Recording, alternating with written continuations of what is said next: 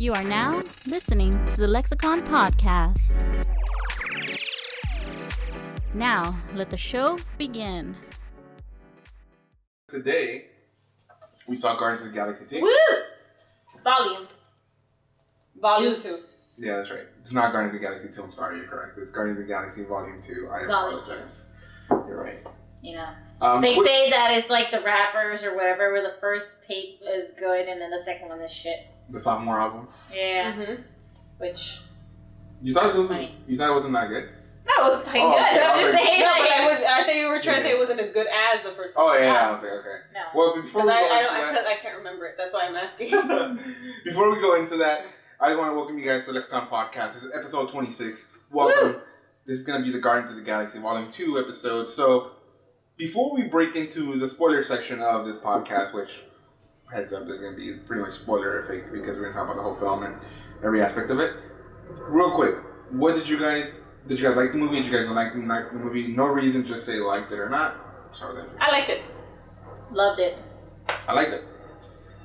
Now, if you haven't seen the film yet, you can pause this podcast, come back. Actually, pretty much right after this, we'll be going into spoilers right now. And if you've seen it, of course, stick with us. But before we continue, I would like to let you guys know, if you guys want to support us financially and get the next episode early, 1 week early to be exact, you can go to patreon.com/Lexicon Podcast. You can check out the rewards there, and then you can check out the tier that lets you check out the episode early on audio version, and there's another one for the video version if you like to watch a video instead. They'll both be, available a week early for you guys. If not, though, that's okay. You guys can always catch it at the regular time, which would be Mondays, 8 a.m. And then, of course, share with your friends. Let them know. iTunes, all that jazz. Let's go ahead and jump into Guardians of the Galaxy, guys. And then I'll have an epic breakdown. No, I won't. I don't have time to edit all that. I'm sorry. Plus, I don't know how to do it. It is all stream of consciousness podcasting. Because I was asking where was his shout out. Who? It was. Louis. I told him. I'm like, it was in the last episode. He's like, what? Let me see. At the end of the Kendrick one. Yeah, that means he didn't listen to it. Yeah, I told him. That was a long one. That was a long one. You gotta listen to the whole thing. Yeah, that was a long one. But it's there, dude. We put it at the end of the longest one we've had so far because the 5-star on iTunes is definitely worth it. And I gave your dog a shout out. Yeah, Woo! see? So it's there. Thank you. 2 shout outs. Your dog and you. Dude, you should be paying for this. Alright, so Guardians of the Galaxy Volume 2 starts off with them finally being known as the Guardians of the Galaxy. The Noble Corps is kind of letting them do their own thing. They're taking bounties in order to protect different sectors of the galaxy itself. So they start off with them protecting batteries or some energy form against like an some Duracells and shit. Some Duracells and shit. Little bunny. Yeah. But it starts with them pretty much figuring out how they're going to protect this, and then you see Rocket fixing an audio, like a stereo kind of thing, and then they're like, why are you fixing that right now? Like, and he's like, well, Quill wants his music. And he's while he works. Yeah, while he works. It's like, it's his thing, it's the music, everybody has their own thing. And then they kind of just, all of a sudden, the fight starts. Like, the alien comes in, and I don't know where it zooms in. Baby Groot. And he's like, all of a sudden, putting in the jack. Those are really, really good opening credits. Mm-hmm. Yeah. It was really nice. And then him dancing around, it was so cute. Because it's crazy because it's so good that you don't even notice them unless you want to look at them. And they're not intrusive, but they're there, so you can notice them right away. But if not, you just focus on Baby Groot dancing. Yeah, that's cute. It's the cutest thing ever. Cute. Yeah. It reminds me of, if you're a parent, it'll remind you of your little one. Yeah, it will. Like adorable. the moment I saw it and I saw Baby Groot like dancing to the music and not caring like for everything, and then there's like point when you're almost gonna get hit, and like I just think of my kid like all of a sudden like he's dancing or he's like crawling somewhere, and he just like throws himself, or it's like holy hell, dude! Like, do you have a death wish? Like, relax. But that's just how kids are. Like, they don't care. They just jump into anything and everything. So I thought that was a lot of fun to see that. That was cute. It was a nice intro. It really was. How was the first one? What do you mean?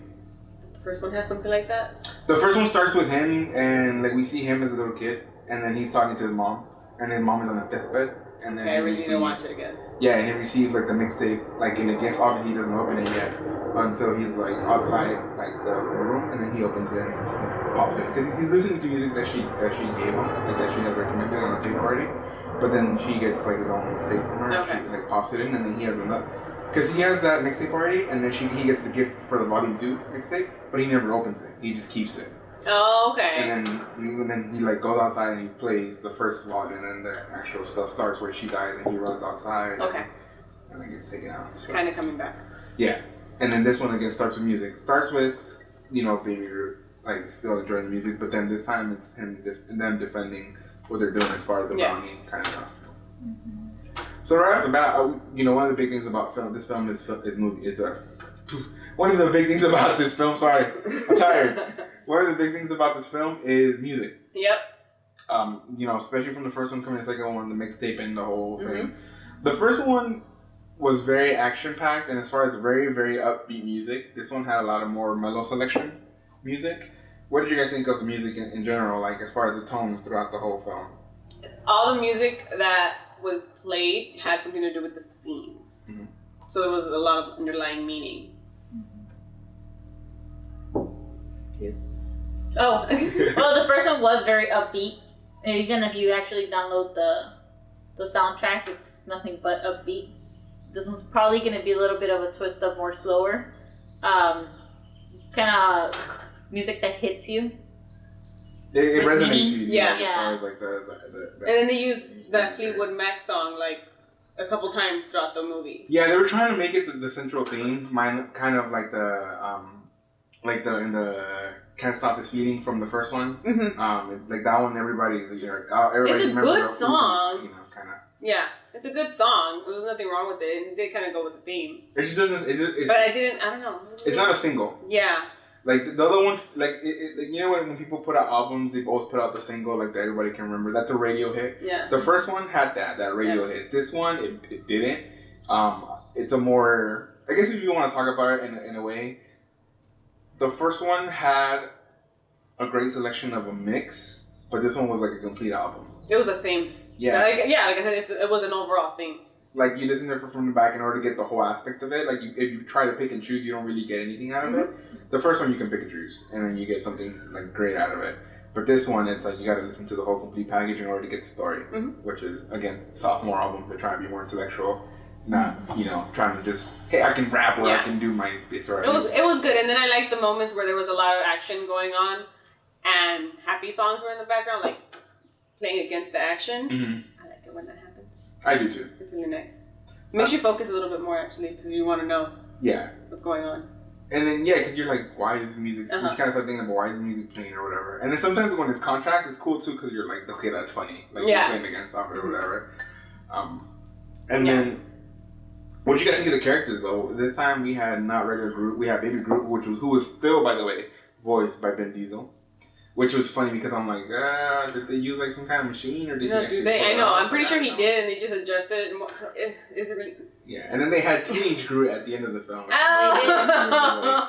Typical teenager. Yeah, that's funny. Like he's dirty and all that. Yeah. That's hilarious. In the video game. Over all your vines. Like not even caring. Like whatever, dude. Get out of my room. Which I thought was cool. Like, cause I thought when I first saw Baby Groot, I thought he was gonna be just a tiny Groot, like still old, like. But no, he's like actual kid. I know. Baby, which is really fun. It would have been. Well, I don't know. Is the comic book like that? I have no idea. You have no idea? Okay, because I'm wondering, like, what if he's actually is the small guy with that big group personality? Yeah. I wonder how that would have played out if that were. Yeah, so Guardians of the Galaxy for a lot of people, it's kind of it's really unknown. Yeah. Like obviously when the first one came out, after that everybody kind of knows what they are and they want to read the comics, or those who are really into it obviously read all the trades and everything for Marvel. These are one of the ones I've never read. Yeah. Like I remember when they announced it, everyone was like, "Why are they doing Guardians of the Galaxy?" Yeah, because it's kind of out of nowhere. Yeah.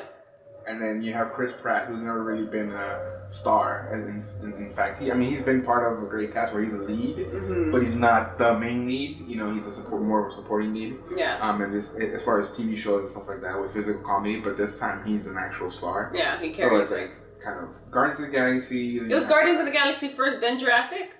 Yes. Yeah. Right. Mm-hmm. Okay. Yeah, because that's after Guardians. They do the thing where. They do the thing in movies that they do in music as well. Like, somebody does the test, and obviously during that time, everybody starts talking to each other like, oh, he did great here. Oh, yeah. His music is great or whatever. Like, you should put him on your album or you should put him on your next movie. So the first one comes out and then they see the reception like, oh my God, it's great reception. Put everything else out that he did. You know, so like, for example, Chance the Rapper. You know, we talked about him before. He had, obviously, his acid rap album that everybody said, you know, really good critically acclaimed. They start recording stuff with him. They see a hit. Kanye comes out, brings him out on his thing. His album pops. All of a sudden, everybody else is like, okay, we have his music in the fall. Release it. Oh, I see. You see the name Chance, you want to see it. So Chris Pratt was that. They had Guardians, and then Guardians was great. Everybody loves Chris. All of a sudden, you see him everywhere. Jurassic Park. You see him in the movie now last year with Jennifer Lawrence.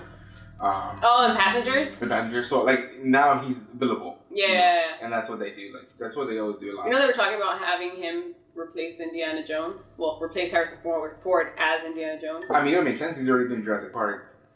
Yeah. So it's like he can I guess the role.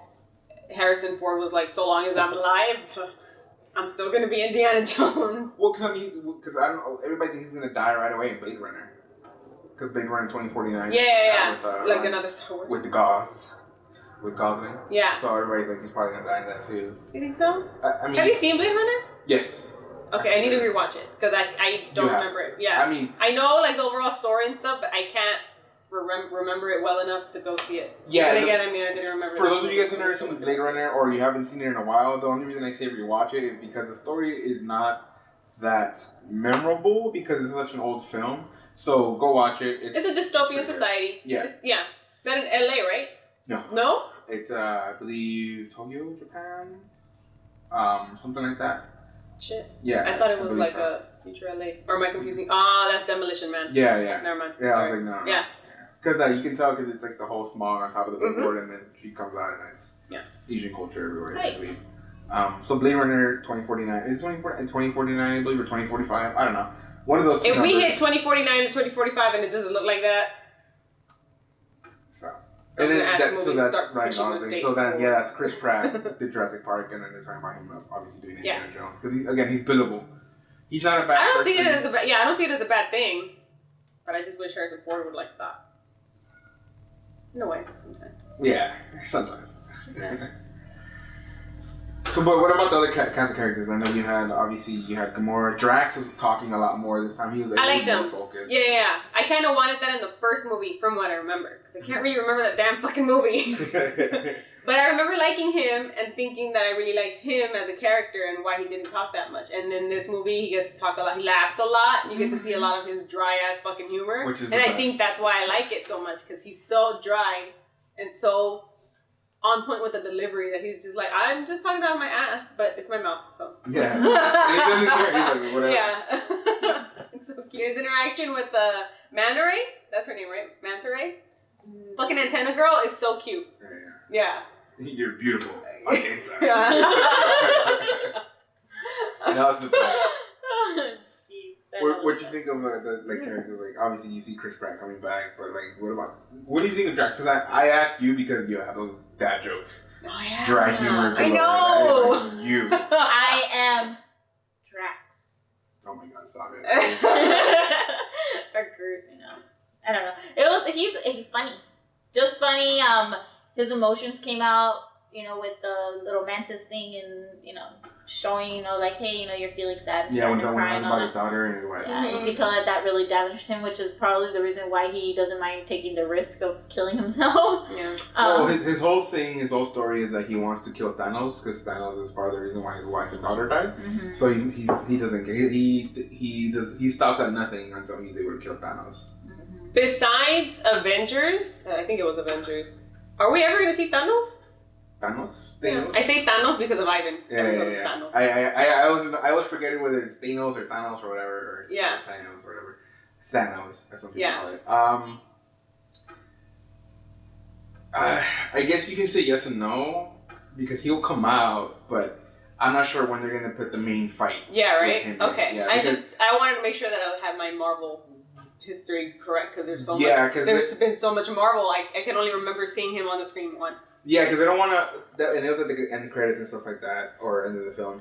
And then so there's the next Thor movie, but the thing is they haven't they haven't actually titled it because they say it's a spoiler. Oh, for what's really? going on, yeah. So there's a Civil War, obviously what's going on, and there's going to be, everybody's assuming it's going to be Infinity War, which, like, the gems and stones, and that's when they really fight Thanos, because that's when he comes in, like, to try to fight and everything. So everybody's assuming that's what's going to happen, like, after Civil War, and then the actual next one's going to be the Infinity War, and then, Thor and all that stuff. So that's when everybody assumes going to happen with the Avengers, because the Guardians guys are supposed to come into it. So it's going to be, like, a huge-ass cast. That's fucking crazy. And fucking Marvel. Yeah. So they already started filming because, like, there was a teaser with Spider-Man and Robert Downey Jr. and Chris Pratt was there, too. Yeah. So obviously they already have that. So that's when everybody assumes they're going to fight Thanos. And it's going to be in the next Civil War, or the next Avengers film. Because I just like how measly Spider-Man looked in that little clip. Yeah. He just looks like such a small little teenager, like, F out of here, like, you're gonna get yourself killed. Yeah, technically, like, him being Spider-Man, he is a teenager, he is a kid. Mm-hmm. Technically, he's supposed to, like, be starting college or whatever, depending, obviously, on which one you're reading. To all you college people out there that are just starting off thinking you guys have a voice, you're Spider-Man. Yeah, pretty much.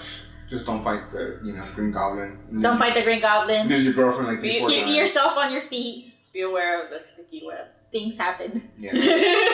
Don't go to Batman because he will turn you into something else. We have enough fans, thanks. My friends posted a picture of black car. I don't know, one of those beefy looking black cars. Okay. And in the back, like, the license plate was Batman. Oh my god. The sticker was Batman. Are you friends with Justin Bieber? Because remember he turned his car into a Batmobile. What kind of shitmobile? What are you talking about? I think it was a Lamborghini, like modeling and all that stuff. There's one down Florence that has thing that says Soy Batman. It's on like a blue Charger. You remember? Yeah. Oh, that's really funny, by the way. Yeah, that's funny. But yeah, I've seen it, and I remember like, oh, that was a good one. No shit would have came up with that shit. There's a Latin band or something called Chicano Batman or something. Yeah, they're pretty good. We're gonna see them at FYF, huh? Yeah. Saturday. Fuck yeah. Next Saturday? No. Whenever FYF is. Oh, okay. In July. Oh, okay. Yeah. They have a Tiny Desk concert on NPR right now. Yeah, I've seen it. Yeah. I've seen it. It's like you look at them and you're like, beaches and gifts. They do it looks like that. Oh man. Anywho. But they're good. Yeah, and again, this all revolves around pop culture, and it's huge. Like with Guardians coming out, obviously it was packed in there. The people in front of us didn't show. Oh yeah, we were early morning show. Yeah. Oh yeah, we were like a 10 a.m. show. Like they told us we couldn't even have alcohol yet. So yeah. That's how early it was. Well, they told Angie. Yeah. Or they told Liz and Angie, not me. No, I thought they did serve alcohol since they whip up some iced coffee in the front. I think you're able to drink within that little perimeter, and then if you need to take it inside, they probably tell you, like, no. Well, I don't know, because I don't know if it's the last time when you drank early, but I don't know if it was like 10:30 or 11 already. Yeah, they told us until 10:30, and we were like, well, we're already going to be in the movie, so guess we ain't drinking. Can you guys, like, bring it to me? That'd be room service. Wonderful. I was a little bit annoyed because the seats that I wanted weren't available. Yeah. But then when we got there, they didn't show up, and I kind of wanted to move forward, but I was like, that's kind of rude. Blah, blah, blah, blah, whatever. But in my head, I had a coral dilemma because I really wanted to sit in my seats, which are putting my foot up the rail and all that stuff. See, for me, I'm the total opposite. I'm all the way the fuck at the top. I like that. The sound is great. The views is pretty good. It's not amazing. It's your Sheldon if you're more in the middle. Yeah. Okay. But the best thing is the sound. Like the sound and the relaxation there is one of the best ones for me. I just like to be able to see everybody. Oh, okay. See, I need to be like, I need to know how many people there are. No, I don't like being. Well, I don't mind it, but I do prefer the top, and that way no one kicks your fucking seat. Fucking hate that shit. Luckily, they don't really do that there. There's that theater is the reason why I started moving up. Oh yeah. Okay. Yeah. See, I've never had it happen to me. People must not like me. So. I don't know. They see her like, oh, she's a Batman fan. Kick her. Yeah. This is a Marvel film. Get out, DC fan. Yeah, because speaking of like, again, pop culture, the trailer came out for like the Inhumans as well, and the thing is like nobody really knows what the hell that is. What is that? So it's supposed to be like another like mutant / Guardians of the Galaxy spin-off. Like not spin-off. The Valerian one? Mm-hmm. The one where with Cara Delevingne? I don't know. No. What are you talking about? Talking about DC like show called the Inhumans. Oh, And that's coming out, so it's kind of like their like older like outside reference. Not obviously not the Guardians, but it's kind of like their obscure team, and like they're also gonna be coming out with that show, and everybody's like, this looks really tacky. You knew about the NBC show? Sure. I forgot the name of it. Legends? Legends of Tomorrow or whatever? No, that's CBS. No, there was another one about the people who handle all the destruction from superhero fighting, and I can't remember if it's. Oh yeah. No, I think that's DC. That one got canceled. Yeah. That one's DC. Because it wasn't on the CW. Oh yeah, CW is the one that handles everything. They're the ones who handle Legends of Tomorrow, Flash. Yeah, that's them. I tried watching Supergirl. I cannot. Yeah, I tried to, and I couldn't. Flash is watch good. it. I like Flash. Flash is okay. Like I'll catch it whenever it's on. Kevin Smith's done a few episodes. Yeah. I think so. And he's also he's directed Supergirl. That's just recently. Yeah. Yeah. So I was like, man, but Flash is good. I like it. Sorry, we diverged from it. See, it's just comic book world. Yeah, it's just what it is. By the way, you guys, it's a little bit late, but today is Free Comic Book Day. So happy Free Comic Book Day. Sorry, that is going to be later on, but every first Saturday. Your calendar for next year. Every first Saturday of May, Free Comic Book Day. So just put it in there for you guys. Obviously, you go check out your local shop, support them and everything, get your free comic books, but also buy something. Yep. So what about Gamora? And then obviously her whole story with Nebula, her sister. It's like a lot different this time than before. Before they were fighting each other, but this time they kind of had to come together. Finally had an understanding, and then it's just because they hate their dad. No, I mean you kind of have to hate something in order to unite. Yeah. Hey. Yeah. It's just like your sibling. You always have problems with your brother, your sister, somebody can poke her eye out. Yeah. No. Her dad took it out. Oh, the dad? And her brain. And her brain. And her leg. Or arm. arm. With machine. Yeah, arm. See, I can't remember the first movie. They don't show that. No, I know, but like, I can't remember their relationship in the first movie. Oh, they're both they're both on the next to like Thanos, whatever. And then they're both vying for him. So he sends them out for him to go get the first Infinity Stone here. And they're both going after him. And that's when they all meet up. Mm-hmm. Yeah, because she's trying to prove that she's better than her by, being the first one to get there, and obviously she's doing the same thing.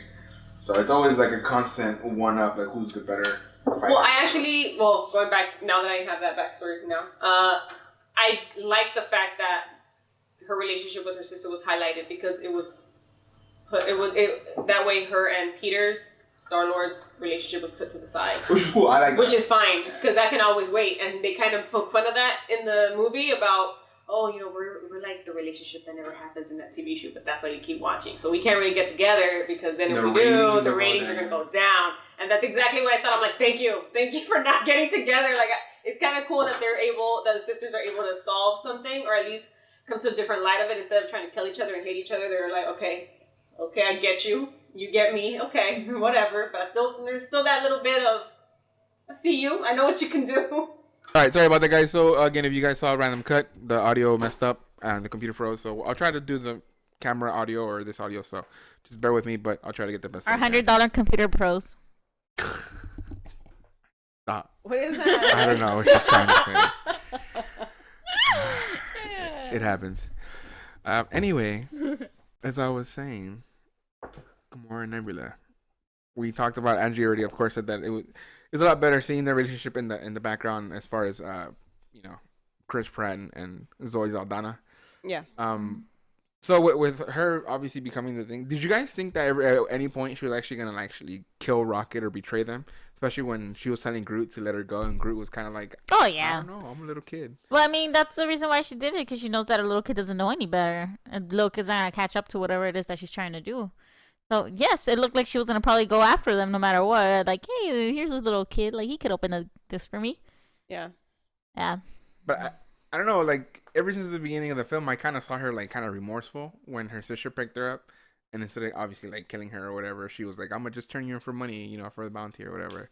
And then you can see her kind of talking to her like, "Don't get rid of me, like just let me go or whatever, let me be free." Kind of have some pity on me.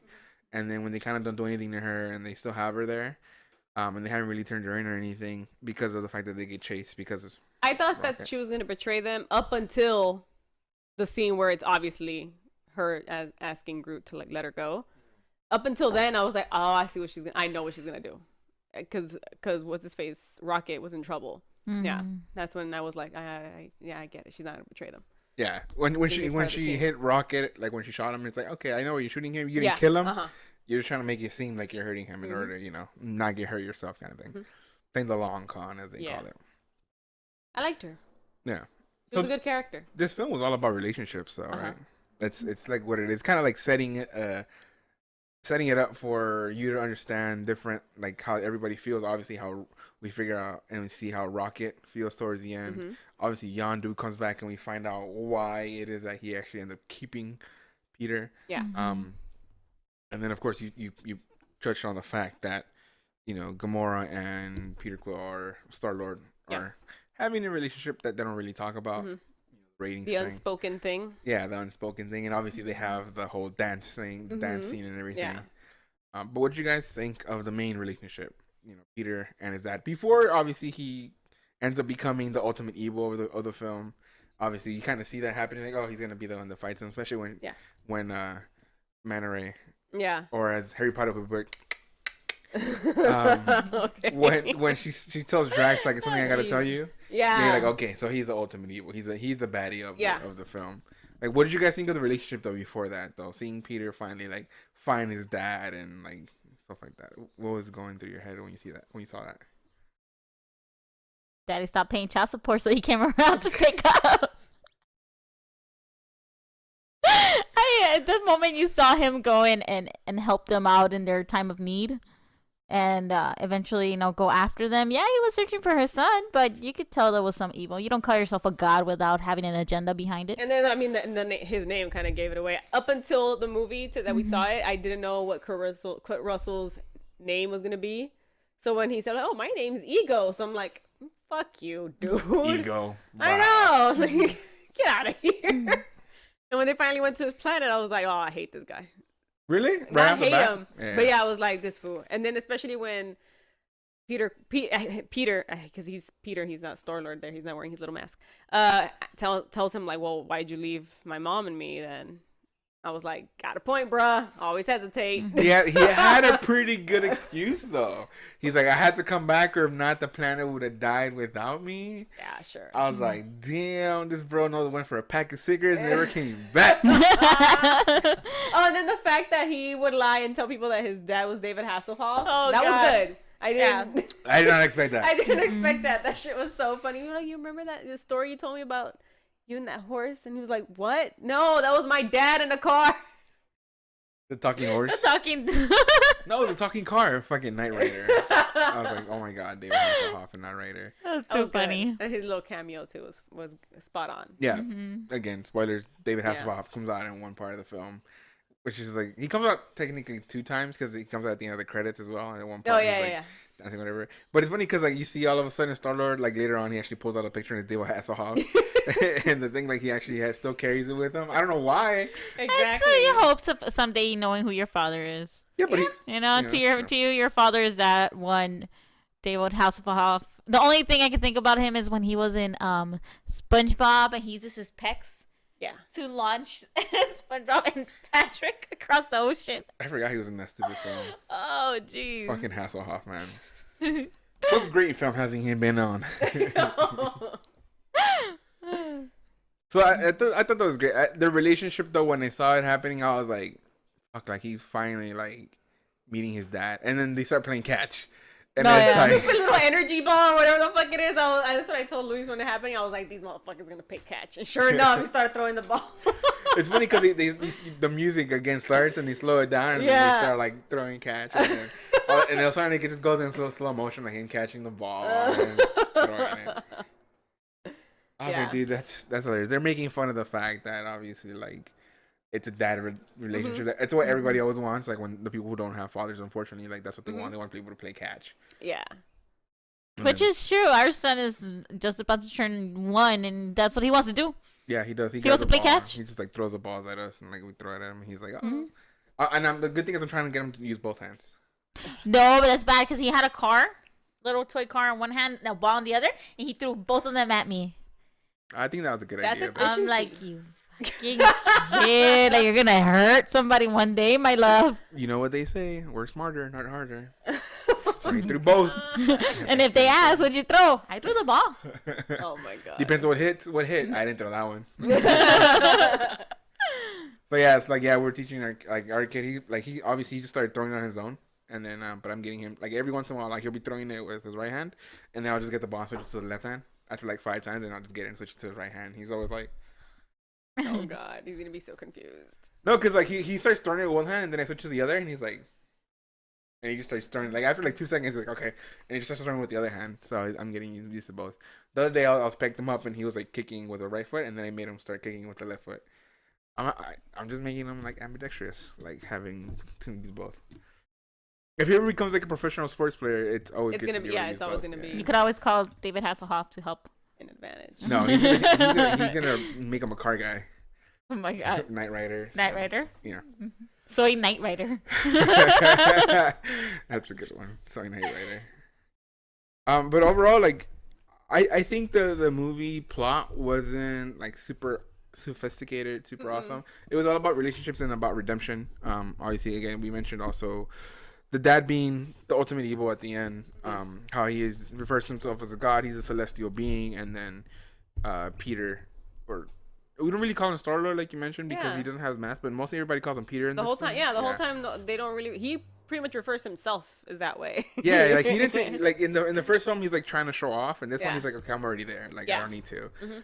So then we have Yondu coming back into it. Obviously, later on his ship gets mutinied because of the fact that he's turning soft. Yeah. Against Peter, but people don't realize why he's really like that with Peter. And then we slowly start realizing that Peter's dad is actually murders his children in order to become a greater being, which is like insane because it's kind of like an old like Seuss reference when he used to kill his half kids because he didn't like having half kids and stuff like that, like the Greek gods and all that. And then you see him like going to different like the part when they start showing him with all these different like female aliens and whatever. His little like gallery of what the shit he's done is a little weird. My favorite one's when he's like being carried by them, and at one part he's like kissing them, but he's like they're the ones. There's one. Did you see the one where it looks like Medusa? Yeah. That one with the hair all over. I was like, what the fuck is going on? And she's the one that was like at the bottom right corner carrying him. Yeah. There's one where he has like his legs around her and then like kissing like that, and I was like, this is the funniest. It was shit. funny. You gotta catch him. But there's so many there's couples going on at the same time. It's so funny. It's like having a family in Tijuana and then having another one here in the U.S. and then having one in freaking Puerto Rico and Canada. Which is what he did, Canada. That's what he did. He went from planet to planet, planting his little seed. Yeah. Little flower. Everywhere he goes, he's trying to manifest his He was doing he's trying to get everywhere. Was it the Navy, the one that back in the days, the baby boomers? I don't know. They were just baby boomers because of the military men coming back from war. Well, I mean, 'cause they were going all over the place having. Oh yeah, I mean they were having kids in like a lot of kids happening in Vietnam. He was busting a baby boom. Yeah, his own baby boom. Yeah. And he was trying to use her power to make himself become a bigger celestial being, so he can actually take over all the planets. Yeah. And kind of control them. So that was like freaking crazy how he killed his own kids for that. But then again, like I said, we hear about Yondu, and him realizing that even though he was bringing kids to him, which was against the code because you don't go against children, like against the Ravager code.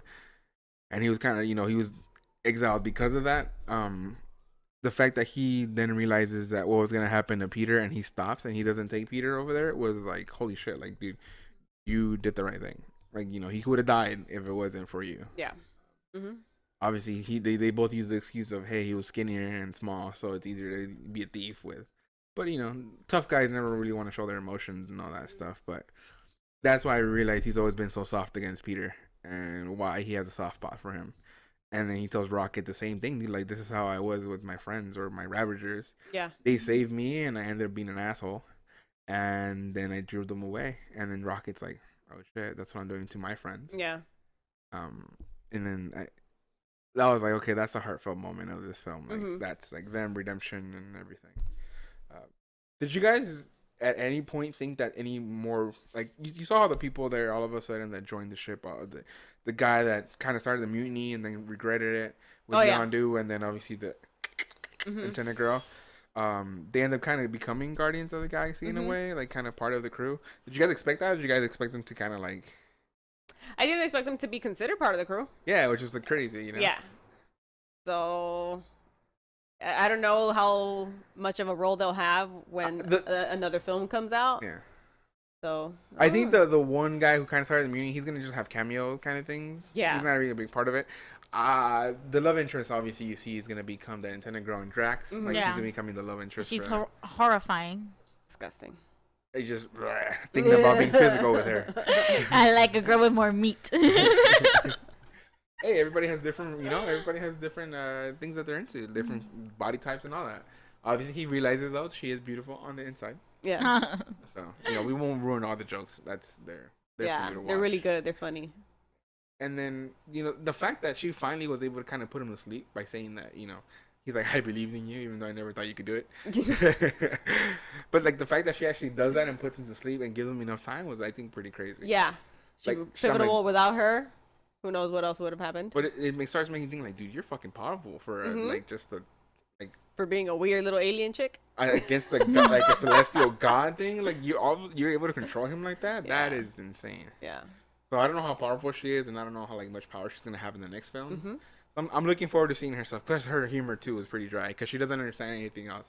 Yeah. Like she doesn't understand emotions or anything. Like she knows what emotions are because of her power, Mm-hmm. but she doesn't like understand how like. That's pretty crazy. Did you guys have any like overall thoughts of everything before we talk about the actual funeral and everything? No, not really. I think that all the relationships that were being touched on for the plot of the movie had enough screen time. I would have been, I think so too. yeah, you know what? I would have been a little bit more.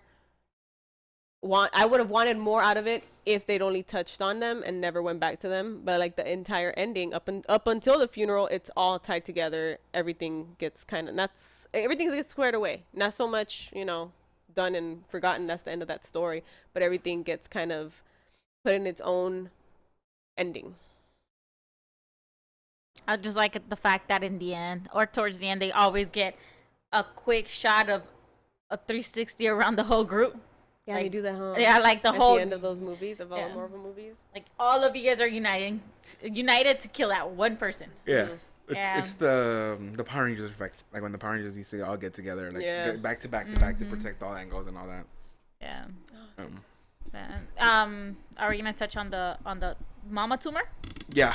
So we're gonna go. So you brought it up right now, but then we end up finding out how he becomes the ultimate evil, and I guess for Peter that is realizing that he has a purpose that his mom died.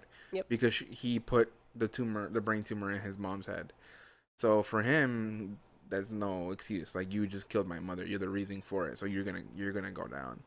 And obviously everything happens. They start fighting him and everything. And then Yondu comes in and like tells him, hey, this is what happened. And then we have what I thought was one of the best scenes in Yondu, like escaping from the jail cell and then killing everything around him with the whistle. That's with the like whistle super arrow. Darth Lord. Yeah, scene. He's like super badass because that thing went through anything and everything. It was so funny. Like, it's going through walls. I'm telling you, I'd forgotten about his character. So when that started happening, I was like, that's the whistle dude. I like this dude. I forgot about it. I mentioned it to you guys like when we're leaving the theater. Obviously, we're talking like that scene when he starts killing everything and then the music starts. Like, the first thought in my head was Tarantino having a Guardians of the Galaxy film, and that aspect of the fight scene, the killing, and the music, because that's all his thing. You know, it'd be great. But then you said, oh yeah, Quentin Tarantino's not gonna do that because he has beef with Disney. which is I had forgotten about. Yeah. Until you mentioned it, I was like, once he said it, I was like, duh. Yeah, of course it's not he gonna does. happen. Of course he does. Of all people, like the 70mm guy is the one who fights Disney. But then I was like, you know what? If I had my wish, I would still want him to have a Yondu origin story directed by Quentin that'd be Tarantino. perfect. And then we were talking about having Star-Lord be a kid. That'd be cute. The music going, his Don't they killing have a things, little boy? teaching him like that. Chris Pratt and his lady. I don't know. I think so. Oh yeah, with Anna Faris. Mm-hmm. Oh, so Have you're a saying he kid? can play it. He Oh, could okay, play okay, the okay. little boy. Yeah. That'd be Little Chris so Pratt. cute. I did not think of that. That's actually good. Like, good. Like, the casting is already pretty much set. I mean, they Yeah. already have the little boy that was pretty much in the camp. Like, he came out like a short few The seconds. beginning, yeah, the beginning of the first one. Yeah, so they can use him as well again. But yeah, like, I would love to see that. Like, current Quentin Tarantino Yondu like origin story. Like, the music, him killing the dry humor jokes, and obviously him being like a total douchebag asshole. Like, it's just like that's perfect. Tarantino at the max right there. But obviously, like you said, it'll be a good anti-hero story. Yeah, and I think that would be a good offset for something that is not straight up Marvel's, like just all their superheroes. Like all of a sudden you have like the bad guy that in the end, obviously, once you see Guardian Volume 2, he turns out to be a good guy. Yeah. And then if you see his story, you're like, okay, he's a good guy overall in the end, you know. Mm-hmm. So I thought that was great. But it reminds me of what's it called, Harry Potter? Why? Because of Snape, yeah, how in the end, during this whole time, he was just protecting Harry Potter. Oh, I wouldn't know. Yeah, I'm like, oh, that's so sweet. You were such an asshole, but it's only because you were protecting. Yeah, he's always been a dick to Harry. Is, the one who died, Alan Rickman. Okay, I think I know. I get it. Rest in peace, Alan Rickman. Yeah. Yeah. So Snape's story is he's always been a dick to him, and you know, kind of the way Yondu said, "I'm gonna eat you," and he's like, "That was a joke," and he's like, "Oh, I didn't know that." I forgot. He's like, "Not to me." Well, Snape is always like an asshole to Harry, but he's kind of protecting him. You know, saying he's always, you know, you gotta have the ground rules guy, and he was the ground rules guy. Yeah, the dad. Yeah. And then later on in the story, he ends up killing Dumbledore. But the reason he kills him is because Malfoy was supposed to do it. So in order for Malfoy not to go through with killing somebody, like Snape did it for him, because then, you know, it's a kid killing another person. He's never killed before. He's trying to prove that he's evil, but he can't really do it because he's not. Like, deep down inside. So Snape does it for him so he doesn't feel like he betrayed the Dark Lord. And then obviously later on, it comes out that Dumbledore told Snape, hey, if it ever comes to it, you kill me. Like, that's we're cool. Yeah, okay. Like I understand who you are, and then after that, we realized that he also was in love with Harry's dad, like Harry's mom. His dad, his mom. With Harry's mom, like to the point where there's a thing called it's like when the Death Eaters come in, and you it's a powerful spell that they do. Like they release like an animal, and it's like there's like different ones, and then his is the doe, which is representative of Lily. So it's like a whole convoluted story of like. Your dad was your mom. We, you know, blah, blah, blah, blah. Like, I never betrayed her. All that stuff. I was always protecting them.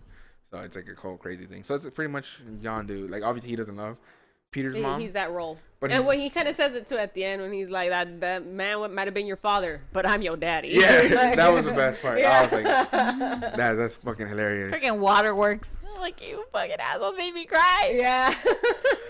And then we come to the end of the film. And obviously, you see at the beginning, they all die. Just kidding. This became more Yondu's story than anything else. Obviously, we see Peter in relationship with that, but then we see Yondu's redemption, and then he was exiled, like I said, by the Ravagers. But now he ends up having the funeral. They obviously Rocket tells all the Ravagers, "Hey, like this is what he did."